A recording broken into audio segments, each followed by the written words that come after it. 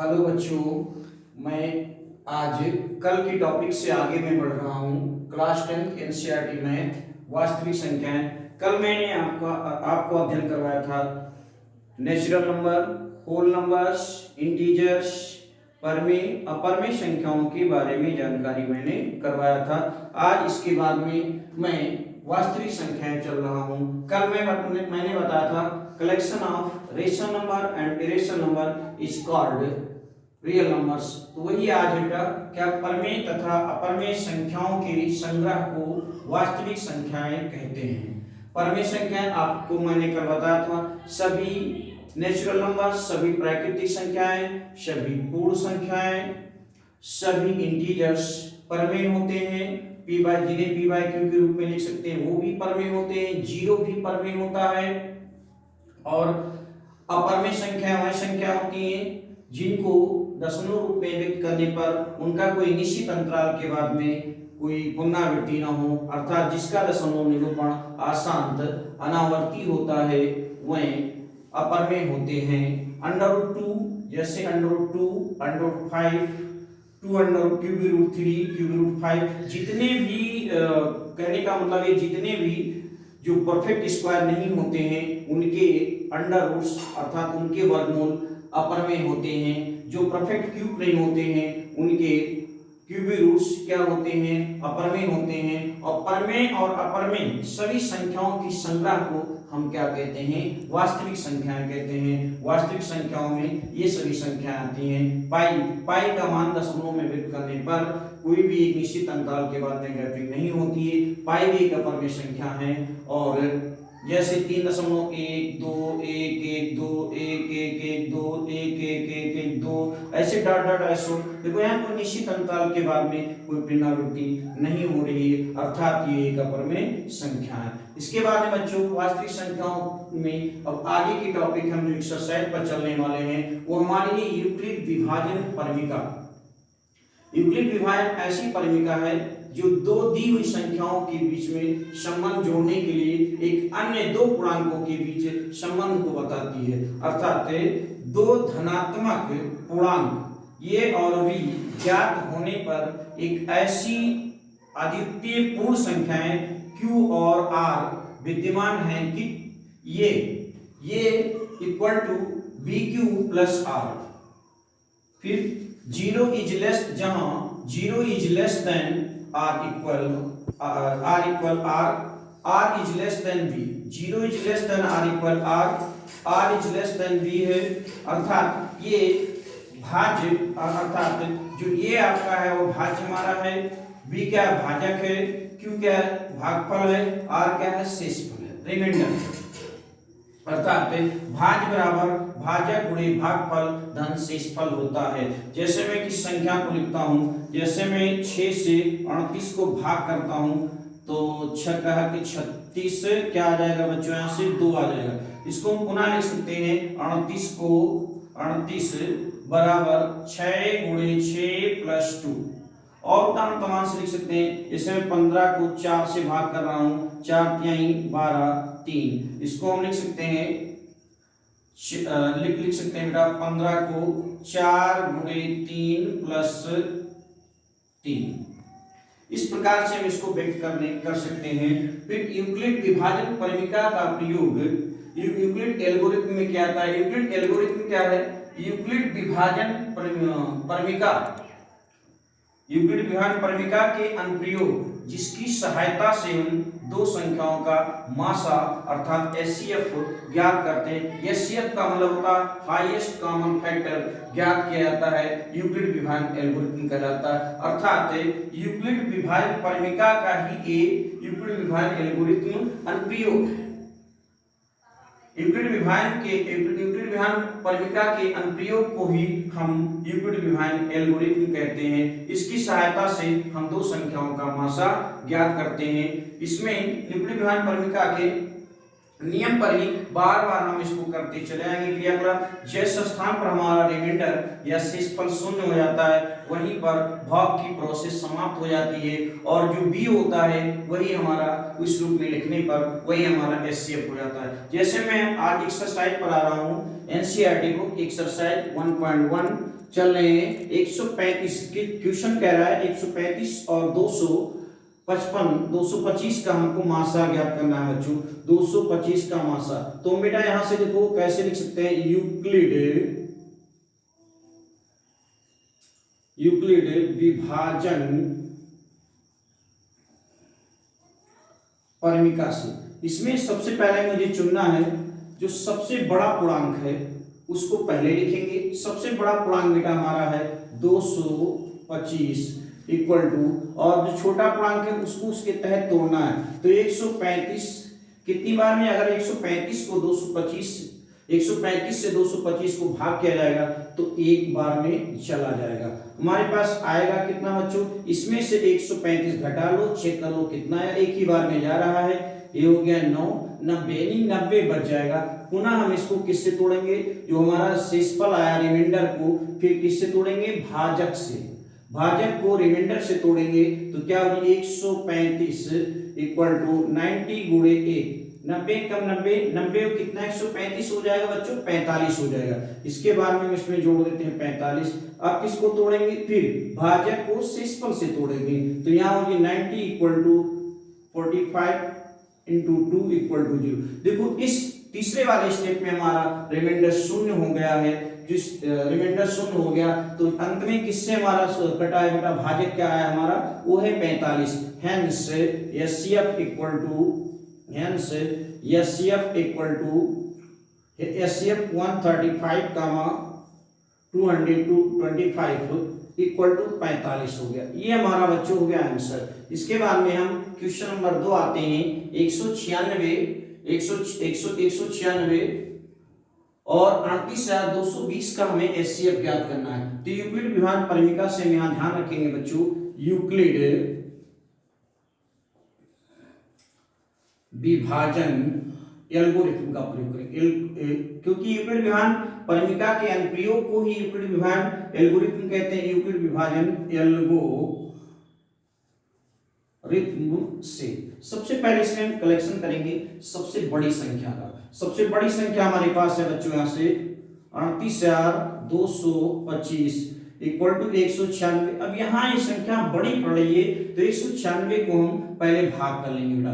तो 196 भागे 38,225, पहली बार एक बार में जाएगा बच्चों यहाँ से, तो हो जाएगा 196, 12 में से 6 निकल गई 6, और 17 में से 9 निकल गई 8, 2 में से 1 निकल गई 1, फिर भाग करेंगे 2, फिर बच्चों यहाँ से 19, हाँ 9 बार में लगभग 19 में 171, 9 बार में चला जाएगा। 9 6 54 के 4 हासिल है बच्चों हमारे पास 5, 9 9 81, 5 86 के 6, 9 1 कम 9 और 9 कम 9 और 8 17, 12 में से 4 निकल गई 8, और फिर 15, यहाँ 15 बचे, 15 में से 6 निकल गई 9, और यहाँ कुछ नहीं बचेगा 5, 19 लगभग में 5 बार में जा रहा, तो 5 बार 195, हाँ 195 बार में जा रहा है, गुणे 195। अंत में क्या हो गया बच्चों, यहाँ पर 0 हो गया। 0 होने पर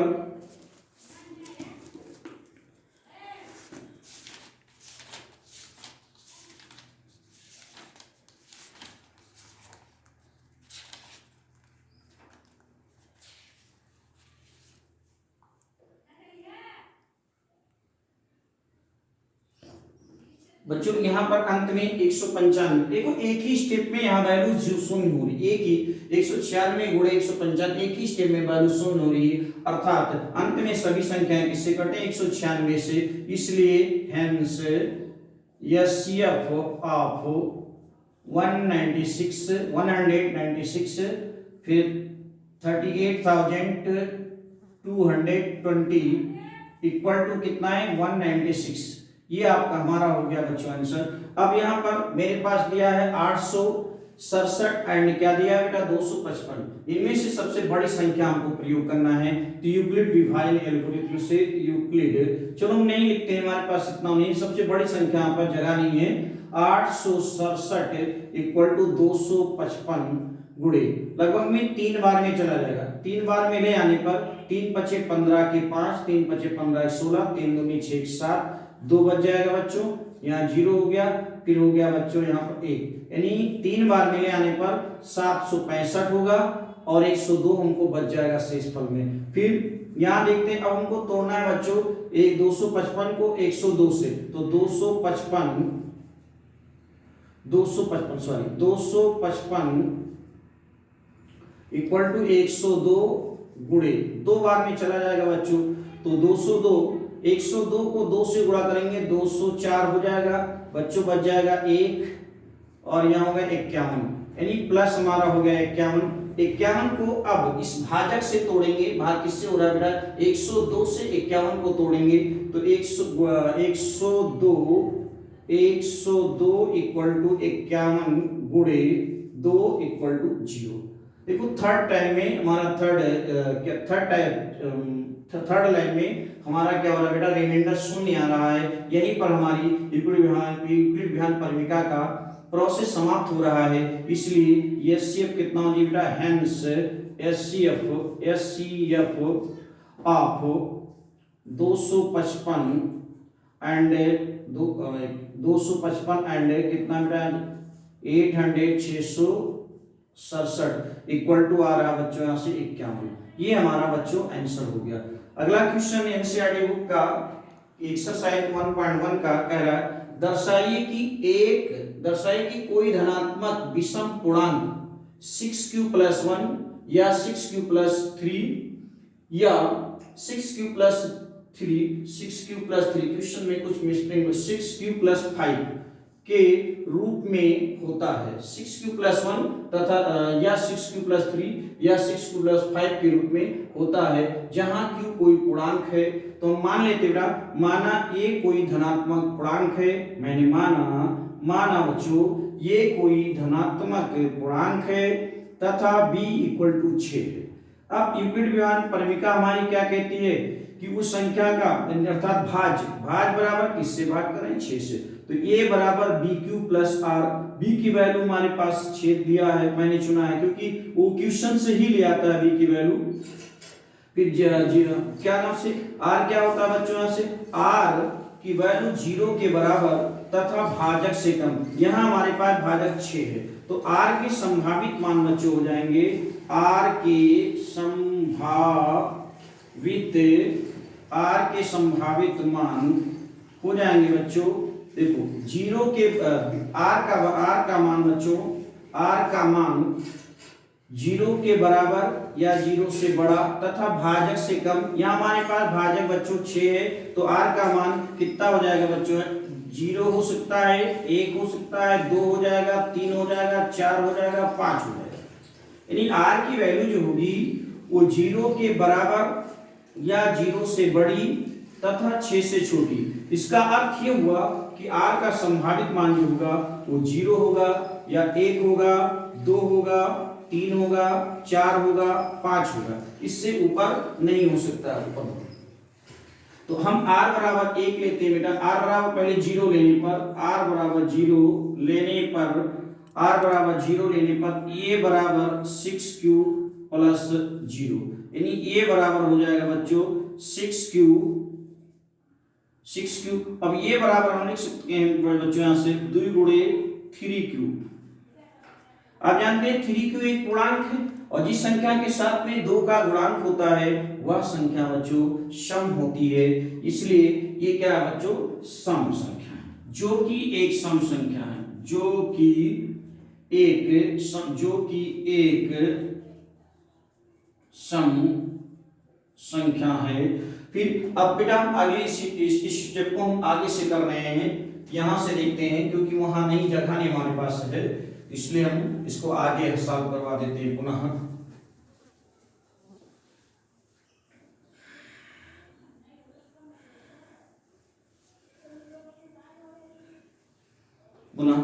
बच्चों मैंने r बराबर 0 मैंने चुन लिया है, ले लिया है। अब r बराबर हम लेंगे बच्चों 1, r बराबर 1 लेने पर, r बराबर 1 लेने पर हमारे पास क्या था, a equal to 6q plus r, 6q plus r, तो a equal to 6q plus 1। मैं जान चुका हूं कि 6q एक सम संख्या है, 6q को मैं प्रूव कर चुका हूं कि 6q एक सम संख्या है, क्योंकि 6q 2 से विभाज्य है। और जब सम संख्या में बच्चों सम संख्या में विषम जोड़ाता है, एक नियम देख लीजिए बच्चों यहां से, सम संख्या प्लस विषम, अगर सम को विषम के साथ जोड़ा जाता है तो वो हमारा आता है बेटा यहां से विषम संख्या, विषम संख्या। अगर सम प्लस सम होता है, सम प्लस सम, तो वो बच्चों आएगा सम। अगर दोनों संख्या विषम है, विषम प्लस विषम, विषम प्लस विषम सम होता है। अर्थात कहने का मतलब है एक सम संख्या हो और दूसरी विषम हो तो उनका योगफल बच्चों विषम संख्या होता है। एक सम है दूसरा विषम है, एक सम है दूसरा विषम है तो उसका योगफल भी सम होगा। एक विषम है दूसरा भी विषम है तो उसका योगफल सम होगा। कहने का मतलब है दो सम संख्याओं का योगफल भी सम होता है, दो विषम संख्याओं का भी योगफल सम होता है बच्चों। परंतु एक सम हो एक विषम हो तो उसका योगफल बच्चों सम विषम संख्या होता है। तो यहाँ पर देखिए बच्चों 6q एक सम संख्या है, एक विषम संख्या है, दोनों का एडिशन है तो सम प्लस विषम क्या हो जाएगा बच्चों, एक विषम संख्या होगी, विषम संख्या है। अब बच्चों हम r बराबर ले लेते हैं 2, r बराबर 2 लेने पर ये बराबर 6q प्लस 2। अब मैं पहले से सिद्ध कर चुका हूं बच्चों कि 6q एक सम संख्या है और सम में मैंने बताया सम में सम जोड़ने पर सम प्राप्त होता है। तो 6q एक सम संख्या है और दो भी सम है तो दोनों का योगफल एक सम संख्या होगा जो कि एक सम संख्या है, जो कि एक सम संख्या है। फिर बच्चों हम यहां से अब r बराबर क्या चुनते हैं बेटा, r बराबर हम एक ले चुके हैं, दो ले चुके हैं बच्चों, r बराबर 3 लेंगे। r बराबर 3 लेने पर इस पर हम वैल्यू यहां रखते हैं तो 6q प्लस 3। अब देखो बच्चों 6q में सिद्ध कर चुका हूं, 6q एक सम संख्या है और सम में मैंने अभी बताया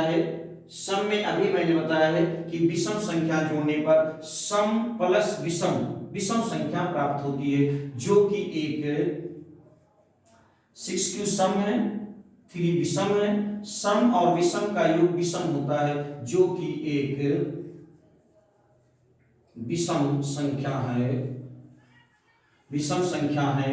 अब हम r बराबर बच्चों 4 लेंगे, r बराबर 4 लेने पर बच्चों क्या आ जाएगा यहाँ पर, ये इक्वल टू 6q प्लस 4। अभी मैंने बताया बच्चों कि सम प्लस सम का योग सम होता है जो कि एक सम संख्या है, जो कि एक सम संख्या है। हो गया बच्चों। अब हम r बराबर क्या चुनते हैं बेटा, 5, r बराबर 5 लेने पर ये बराबर हो जाएगा बच्चों 6q, r के स्थान पर 5 रख रहे हैं तो 6q प्लस 5। अभी मैंने जस्ट बताया बच्चों कि सम संख्या में विषम संख्या जोड़ने पर हमको विषम संख्या प्राप्त होती रही है, क्योंकि मैं पहले सिद्ध कर चुका हूं कि 6q एक सम संख्या है और 5 एक विषम संख्या है, इसलिए दोनों का योगफल एक विषम संख्या होगी जो कि एक विषम संख्या है,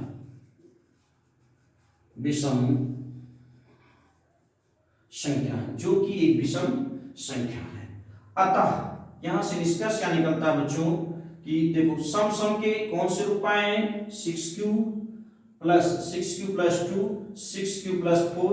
विषम के कौन से रूप आए हैं बच्चों, 6q प्लस 1, 6q प्लस 3 और 6q प्लस 5। ये क्वेश्चन परीक्षा की दृष्टि से बच्चों बहुत इंपॉर्टेंट है, इसको थोड़ा मेहनत करके आप लोग ध्यान दे करके पढ़ें। ये बोर्ड के लिए बोर्ड में आने वाला बहुत ही इंपॉर्टेंट प्रश्न है बच्चों। इससे ज्यादा कोशिश करके, ज्यादा ट्राई करके आप लोग खूब मेहनत करके पढ़ें इसको। अतः किसी धनात्मक पूर्णांक का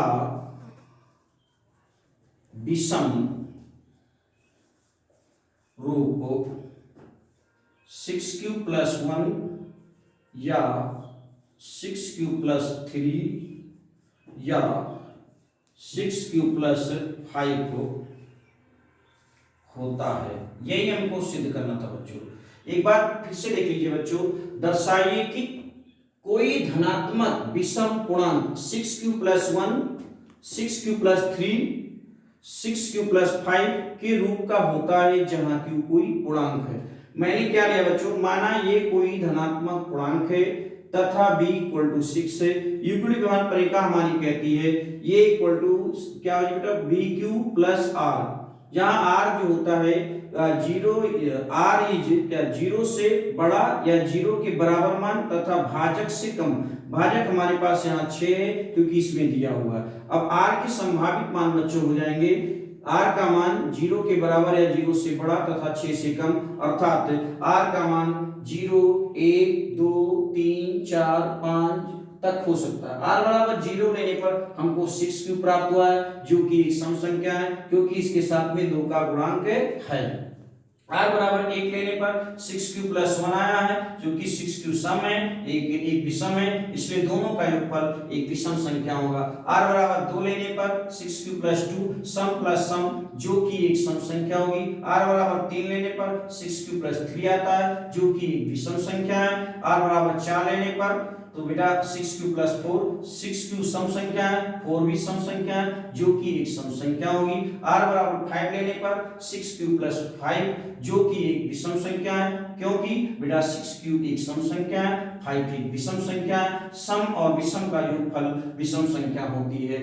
अतः उपरोक्त निष्कर्षों से हमको यह स्पष्ट होता है कि किसी धनात्मक पूर्णांक का विषम रूप 6q + 1 या 6q + 3 या 6q + 5 होता है।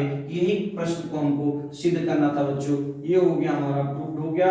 बच्चों स्क्रीनशॉट ले लीजिए, ये बहुत ही इंपॉर्टेंट है। और बच्चों मेरे सुझाव के तौर पर मुझे कमेंट करें, लाइक करें, सब्सक्राइब करें मेरे चैनल को। धन्यवाद आप सभी का।